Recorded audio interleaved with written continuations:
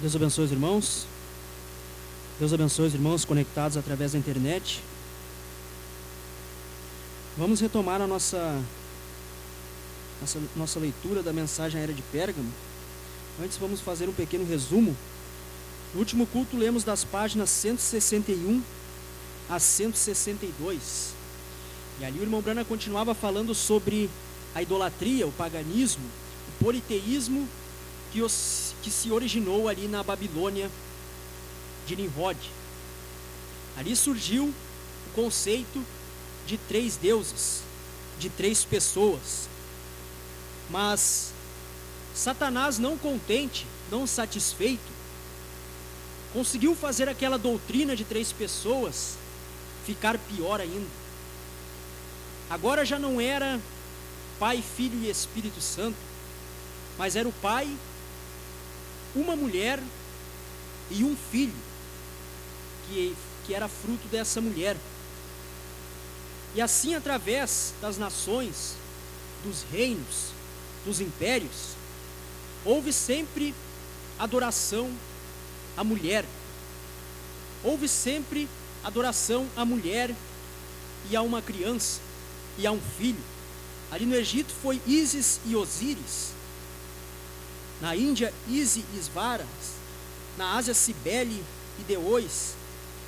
Mas a mãe e filho originais da Babilônia foi Semíramis e Ninos.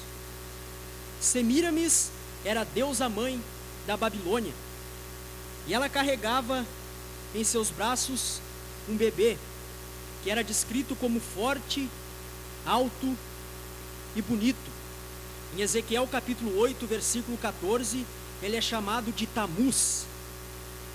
Mas para os babilônios, ele era chamado de Ninos. E o irmão Brana diz que este Ninos era um Nimrod da Bíblia. Podemos chegar a essa conclusão através de relatos históricos em comparação com Gênesis 10. Se olharmos o que Nimrod foi ali em Gênesis 10, veremos que este Ninos, que é relatado na história, é o mesmo Nimrod. O historiador Pompeius disse, falando acerca de Ninos: Ninos, rei da Síria, mudou as antigas maneiras moderadas de vida pelo desejo de conquistar. Ele foi o primeiro que fez guerra contra seus vizinhos.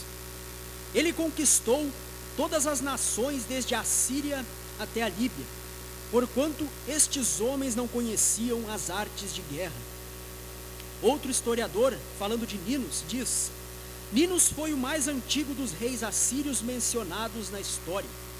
Sendo de temperamento guerreiro, ele treinou rigorosamente muitos jovens nas artes de guerra. Ele sujeitou Babilônia quando ainda não havia a cidade de Babilônia. Então, assim vemos que este Ninos, descrito na história, se tornou grande na Babilônia. Construiu Babel e dominou a Síria, tanto que tornou-se seu rei. E depois prosseguiu a devorar outros vastos territórios onde as pessoas não tinham habilidade para a guerra e viviam de uma maneira moderada, como disse os historiadores. E ali em Gênesis 10, você vai ver que, falando de Nimrod da Bíblia, você vai ver que os seus feitos e como se iniciou o seu reino e o que ele fazia, o identifica como sendo aquele Ninos que Semíramis carregava. Gênesis 10, versículos 10 ao 11. E o princípio do seu reino foi Babel, e Ereque, e Acade e Calné, na terra de Sinar. Desta mesma terra saiu ele à Assíria, e edificou a Nínive, e Reobote-ir e Calá. E o irmão Brana diz: assim é Nimrod, que tendo se tornado forte, ele estabeleceu seu reino, formando o primeiro exército do mundo, que ele treinou através de adestramento e dos rigores da caça. Foi para além de Sinar com seu forte exército e subjugou nações, e edificou cidades tais como Nínive, cujo nome foi em homenagem a ele, porque até hoje uma parte principal das ruínas daquela cidade é chamada Nimrud. Você vai ver no mapa mesmo, no Google, tem uma cidade ali bem perto de Nínive, que foi uma cidade cujo nome foi uma homenagem a Nimrod. E ali, próximo daquelas ruínas de Nínive, há uma cidade chamada Nimrud, em homenagem também a Nimrod. E o irmão Branham diz, já que descobrimos quem foi Ninos, precisamos saber quem foi seu pai. De acordo com a história, o pai de Ninos foi Bel, o fundador da Babilônia.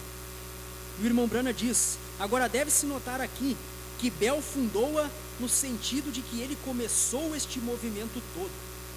Porém foi seu filho, Ninos, que a estabeleceu e foi o primeiro rei, etc. Foi Ninos quem a estabeleceu. Foi ele quem fez o reino da Babilônia se tornar forte e poderoso, mesmo que quem tenha iniciado foi seu pai. De acordo com a história, o pai de Ninos foi Bel, mas de acordo com a escritura, o pai de Nimrod foi Cusi.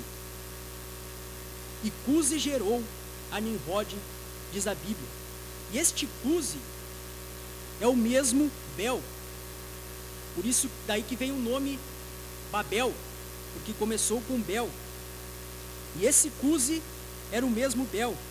E Cusi gerou a Nimrod, e Bel gerou a Ninos. Veja que são as mesmas pessoas. Não somente isto é assim, porém encontramos que Cão gerou a Cusi.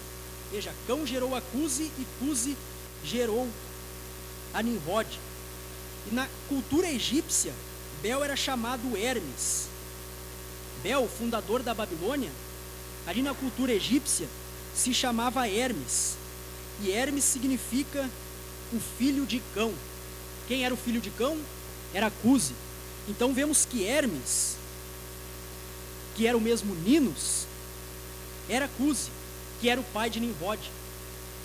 Então pela Bíblia, comparando com a história, vemos que Nimrod era quem estava ali no colo de Semíramis. Nimrod era o Ninos da história. Ali em Atos capítulo 14, versículos 11 e 12, você vê que Hermes, que Bel, também foi chamado de Mercúrio. Retomando nossa leitura, o irmão Branham continua falando sobre isso, sobre Bel, sobre Hermes, Mercúrio, que é a mesma pessoa, e ele diz: Íginos diz isto acerca desse Deus que era conhecido diferentemente como Bel, Hermes, Mercúrio, etc.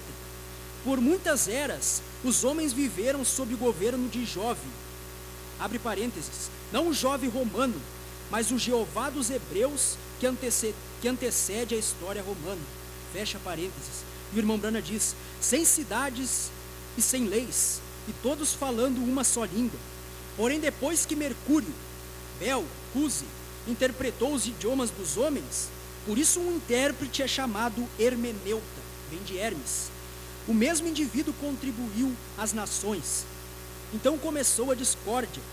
Vê-se com base nisto que Bel, ou Cusi, o pai de Nimrod, originalmente foi o líder que levou o povo para longe do verdadeiro Deus e como um intérprete dos deuses, encorajou o povo a adotar outra forma de religião. Ele os encorajou a prosseguirem com a torre que seu filho de fato edificou. Este encorajamento foi o que trouxe a confusão e a divisão dos homens. Portanto, ele foi tanto intérprete como semeador de confusão. Cusi, então, foi o pai do sistema politeísta. E quando os homens foram deificados pelos homens, é claro que ele tornou-se o pai dos deuses. Agora, Cusi era chamado Bel. E Bel, na mitologia romana, era Janus. Ele é descrito como tendo duas faces e carregava um bastão com o qual ele confundia e espalhava o povo. Ovídio escreve que Janus disse a respeito de si mesmo: os antigos me chamavam de Caos. Assim encontramos que o Cusi da Bíblia, o rebelde original contra o monoteísmo, era chamado Bel, Belus, Hermes, Janus, etc. Entre os povos antigos, ele simulava trazer revelações e interpretações dos deuses ao povo. Fazendo assim, ele provocou a ira de Deus para espalhar o povo, trazendo divisão e confusão. Agora, até este ponto, vimos de onde veio o politeísmo ou a adoração a muitos deuses. Mas você notou que também encontramos menção de um homem chamado Cusi, a quem foi dado um título de o pai dos deuses? Você notou aqui o velho tema das antigas mitologias, de que os deuses se identificam com os homens? É daí que vem a adoração aos antepassados. Portanto, podemos simplesmente examinar a história para descobrir acerca da adoração de antepassados. Bem, foi salientado que Cusi introduziu uma adoração de 3 deuses: Pai, Filho e Espírito. 3 deuses que eram totalmente iguais, mas ele sabia da vinda da semente da mulher, portanto teria que haver uma mulher e sua semente no quadro. Isto foi realizado quando Nimrod morreu. Sua esposa, Semiramis, o deificou, e assim fez-se a mãe do filho e também a mãe dos deuses. Tão exatamente como a igreja romana deificou Maria. Eles alegam que ela era sem pecado e foi a mãe de Deus. Ela, Semiramis, chamou Nimrod de Zeroástita, que significa a semente prometida da mulher. Mas não demorou muito até que a mulher começasse a atrair mais atenção do que o filho. E logo era ela a que era retratada como pisando a serpente sob os seus pés. Eles a chamaram a rainha do céu e fizeram-na divina. Quão semelhante ao dia de hoje, onde Maria, a mãe de Jesus, foi elevada à imortalidade, e agora mesmo, desde setembro de 1964, o Concílio Vaticano está tentando dar a Maria uma qualidade que ela não possui, pois eles prefeririam chamá-la Maria a Mediadora, Maria a mãe de todos os crentes, ou mãe da igreja. Se alguma vez tem havido adoração babilônica aos antepassados numa religião, é na religião da igreja de Roma. Não somente a adoração aos antepassados originou-se na Babilônia, mas também a adoração à natureza. Foi na Babilônia que os deuses foram identificados como o sol e a lua, etc. O principal objeto na natureza era o sol, que tem propriedades doadoras de luz e calor, e afigura-se ao homem como uma bola de fogo nos céus. Assim, o principal deus seria o Deus Sol, a quem eles chamavam Baal. Frequentemente, o sol era representado como um círculo de chama, e logo ao redor dessa chama aparecia uma serpente. Não demorou muito até que a serpente se tornasse um símbolo do sol e, consequentemente, fosse adorada. Dessa forma, o desejo do coração de Satanás foi completamente realizado. Ele era adorado como Deus, seu trono foi estabelecido, seus escravos inclinavam-se diante dele. Lá em Pérgamo, ele foi adorado na forma de uma serpente viva. A árvore da ciência do bem e do mal, agora simbolizada na forma de uma serpente viva, não apenas tinha seduzido Eva, mas a maioria da humanidade. Mas como Pérgamo se tornou o trono de Satanás, se Babilônia era o trono? Novamente a resposta acha-se na história. Quando Babilônia caiu diante dos medos e persas, o rei sacerdote Atalus fugiu da cidade e foi para Pérgamo com seus sacerdotes e mistérios sagrados. Lá ele estabeleceu seu reino fora do Império Romano e prosperou sob o cuidado do diabo.